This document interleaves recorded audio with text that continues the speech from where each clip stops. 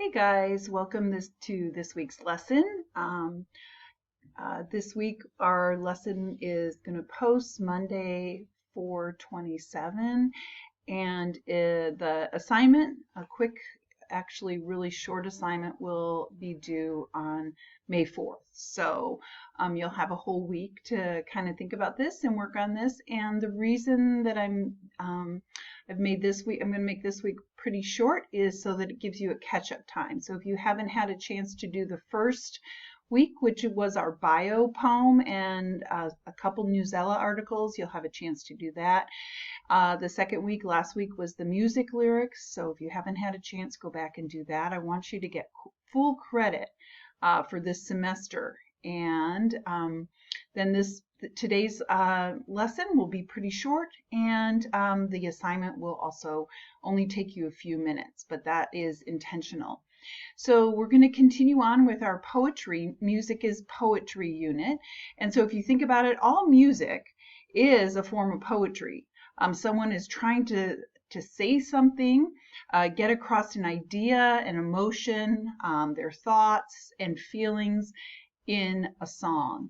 And a song has to have some kind of lyrics and or a beat. So we know, like, jazz music doesn't always have lyrics, and but it has a specific beat or mood that it's trying to convey. So let's look at some poetry forms that are considered more structured. So I'm going to read you this quote from one of the poems websites that I've been looking at, one here called Family Friendly Poems. Poetry is a genre, and that means a type. Poetry is a genre that has a lot of variation.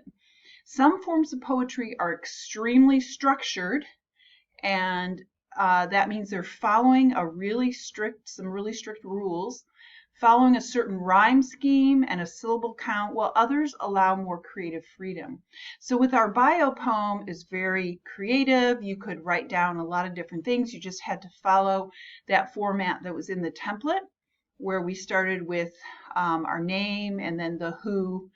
And so each of those sentences explained something about us, but the ending, nothing had to rhyme. There was really no syllable or word count.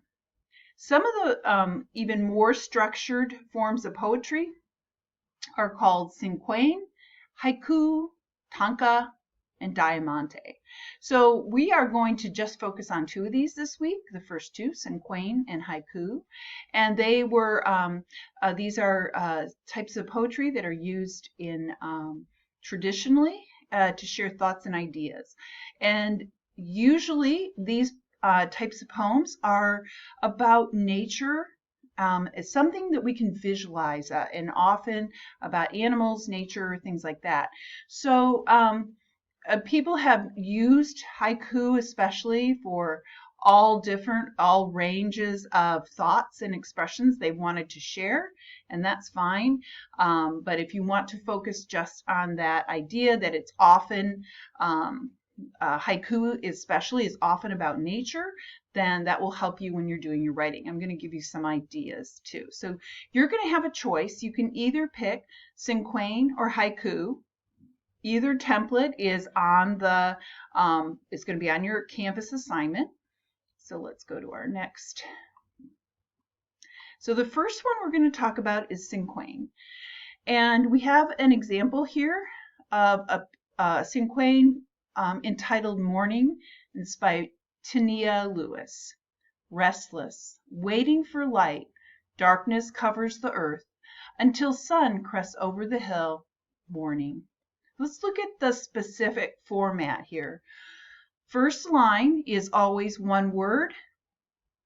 When you're using a word format, there's two different formats. The first line, one word. Second line, two words.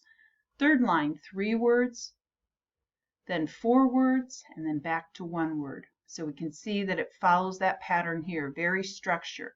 You can also do 2 syllables, 4 syllables, 6 syllables, 8 syllables, and 2 syllables. And if you wanted to look for more examples of Cinquain, you could go back to this website and look over some of the other examples they give easy to search for Cinquain online and find lots of examples.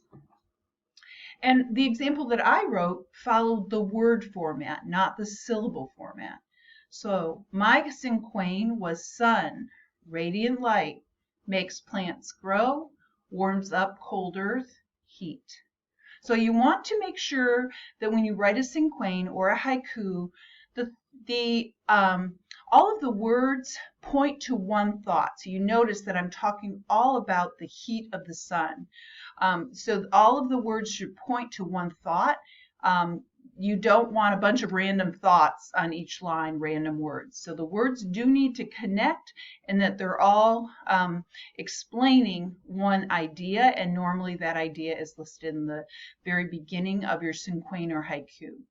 But it's okay. I mean, there are a lot of examples. So if you look at some of the ideas, you will find that people do this in a variety of ways. It is creative. It is artistic. And then our other poetry form that we're going to talk about is haiku. And again, it has a very specific format, but this one is in syllables. So let's look here at our example called Spring. They don't give us the name of the author, but it is on that same website.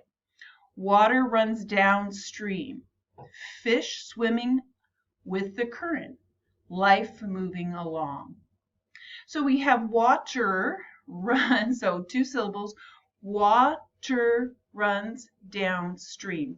So we have 5 syllables. Fish swimming with the current. And that we see we got 7 syllables there. And then life moving along, 5 syllables at the end.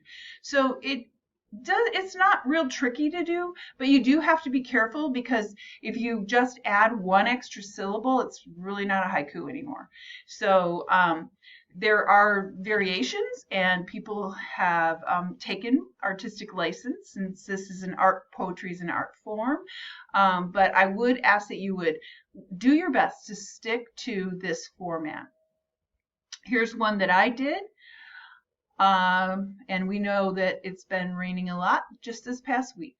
Rain falling on roof, loudly drumming all night long, the music of spring.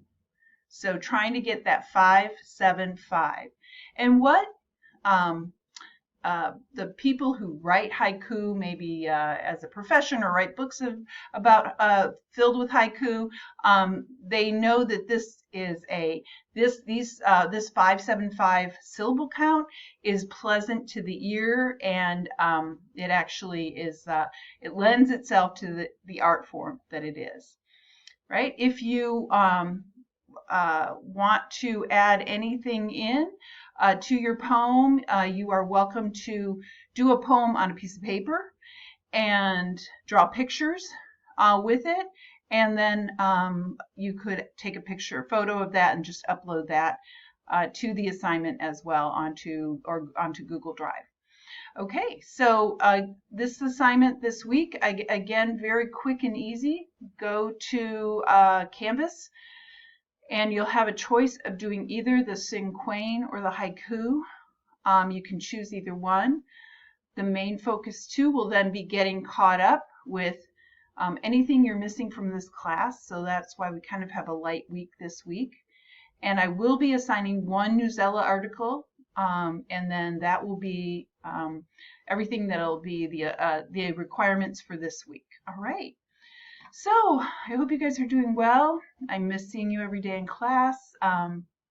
It's been weird and hard and kind of crazy trying to get used to all the things we have to do online. But I hope you guys are doing well.